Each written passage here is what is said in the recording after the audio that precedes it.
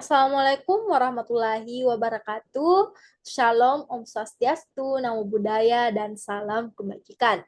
Kembali lagi bersama saya Fahira Wahyuni Saputri. Di sini saya akan membahas mengenai anggaran persediaan barang jadi akhir, anggaran beban pokok penjualan, anggaran beban penjualan dan administrasi, dan anggaran laporan laba rugi. Nah, di sini langsung saja kita melangkah ke soalnya. Pada soal membahas mengenai Andrew Company yang merupakan perusahaan pembuatan kursi.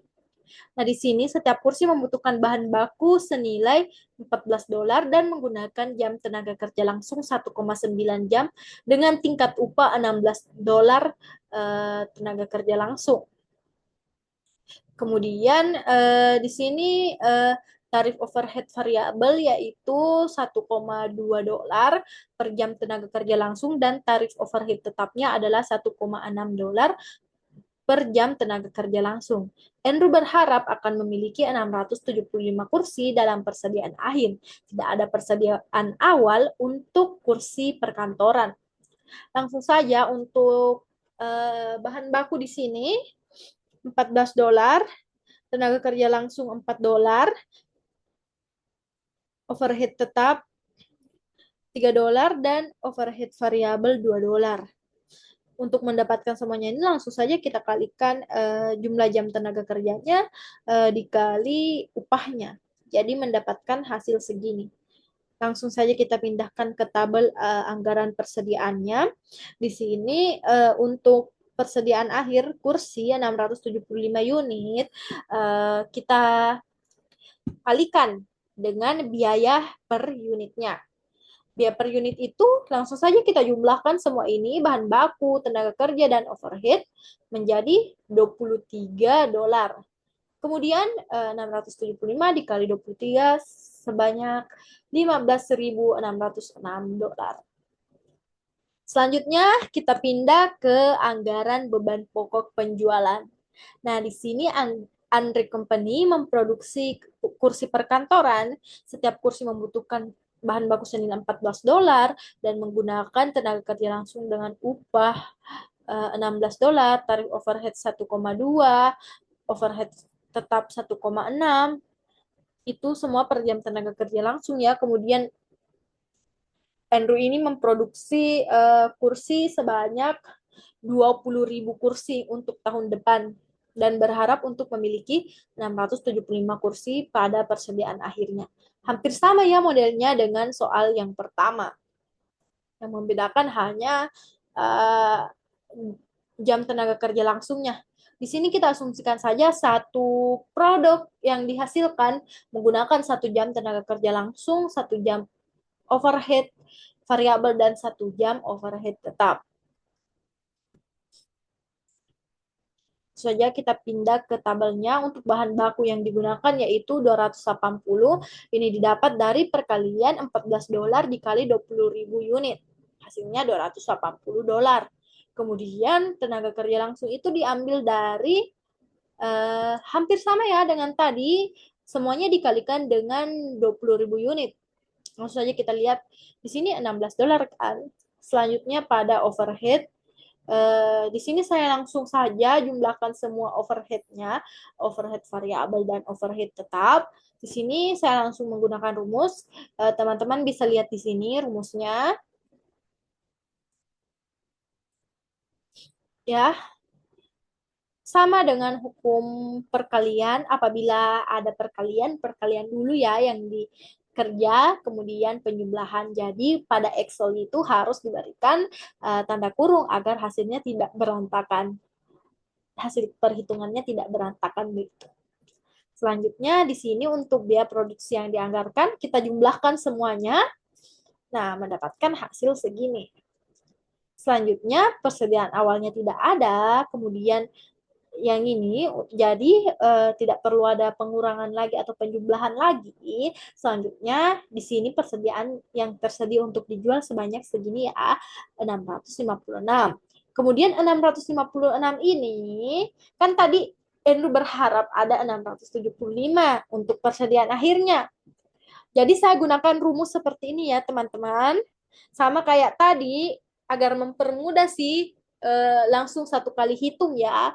Tidak perlu belibet lagi hitungnya satu-satu. Jadi saya gunakan seperti ini. Teman-teman bisa lihat ini.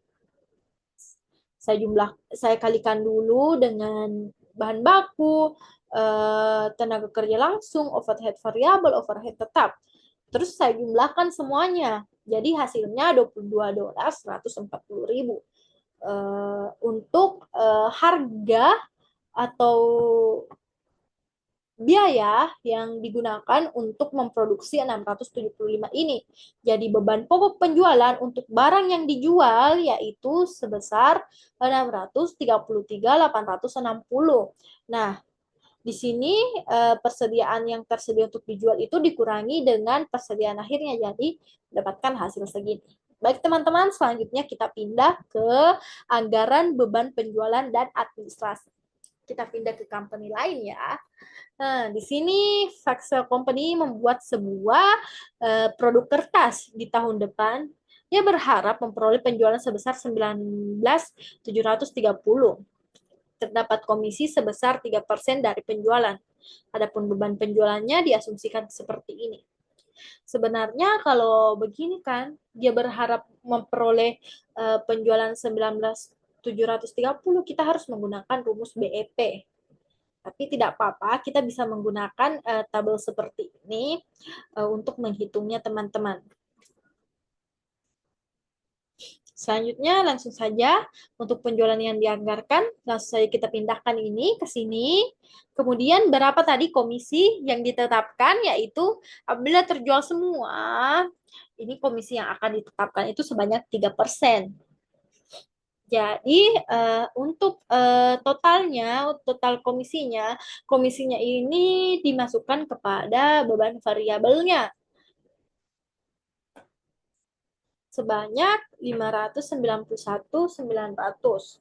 Kenapa bisa segini? Karena ini yang 19 juta tadi, 19.730 dikali 3%, hasilnya 591.900. Kemudian kita pindah ke beban penjualan dan administrasi tetap.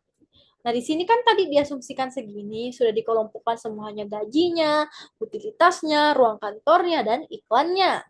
Nah, langsung saja kita jumlahkan semuanya. Mendapatkan hasil segini, 2.755. Kemudian, untuk mendapatkan total beban penjualan dan administrasi, kita jumlahkan yang saya bol ini, saya sengaja bol ini biar teman-teman tahu yang inilah yang akan dijumlahkan untuk mendapatkan hasil dari total beban penjualan dan administrasi. Baik teman-teman, selanjutnya kita pindah ke anggaran laporan laba rugi. Nah, di sini karena di soal tidak menyatakan harga jual per unit dan pada laporan laba rugi itu kita harus mengetahui berapa harga penjualan kita, berapa keuntungan kita dalam menjual suatu produk. Jadi, saya asumsikan saja untuk harga jualnya yaitu $160.000 per unit. Nah, di sini penjualannya kenapa bisa dapat segini? Karena 160.000 unit dikali $160.000. Jadi hasilnya 25.600.000.000.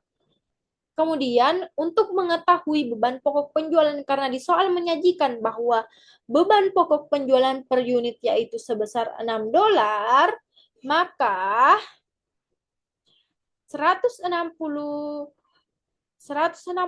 unit dikali $6,3 hasilnya $1.008.000. Kemudian untuk laba brutonya langsung saja yang ini total penjualan dikurangi dengan beban pokok, jadi keuntungannya segini teman-teman. Memang terlalu banyak ya untungnya. Modalnya hanya 1 juta dan keuntungannya sampai 25 miliar. Karena tidak ada disajikan di soal, jadi saya asumsikan saja. Kecuali kalau ada disajikan di soal bahwa harga jual per unit, maka teman-teman bisa pakai perhitungan dengan harga jual yang disajikan. Nah, di sini kemudian untuk pengurangannya begini ya, seperti laporan laba rugi pada umumnya, penjualan dikurangi beban-bebannya. Sini untuk beban penjualan dan administrasi tetap, ini administrasi tetap sudah ditetapkan ya tadi 423. Kemudian untuk penjualan dan administrasi variabel itu ditetapkan 1,1 dolar. Jadi ini kita jumlahkan terus kita kurangi dengan laba bruto tadi. Jadi hasilnya segini ya teman-teman. Selanjutnya untuk beban bunga. Kan biasanya perusahaan itu punya bunga ya.